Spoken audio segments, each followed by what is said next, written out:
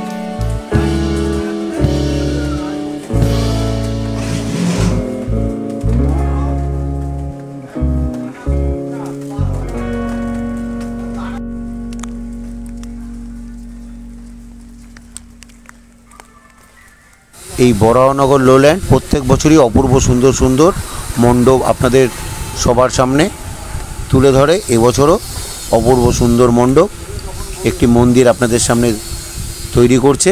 আশা করি পুজোর সময় এই মন্দিরটি আপনাদের খুব সুন্দর লাগবে। এবং এখানকার এই পুকুরের উপরে, যেহেতু পুকুরের পাশে এই মন্দিরটি, রাতের আলো পড়লে এই মন্দিরটিকে আরও সুন্দর দেখাবে। আপনারা এর আগেও এখানকার মণ্ডপের অনেক ভিডিও দেখেছেন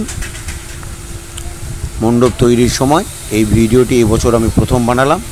যদি ভিডিওটি ভালো লাগে একটি অবশ্যই লাইক করবেন এবং পুজোর সময় অবশ্যই ফিনিশিং হওয়ার আরেকটি ভিডিও দেব। এই হচ্ছে সিথির মোড় আর এদিকে হচ্ছে টপিন রোড। আপনারা কিভাবে আসবেন সম্পূর্ণ আমি ডেসক্রিপশন বক্সে দিয়ে রাখবো। নমস্কার, ধন্যবাদ। সুস্থ থাকুন, সাবধানে থাকুন।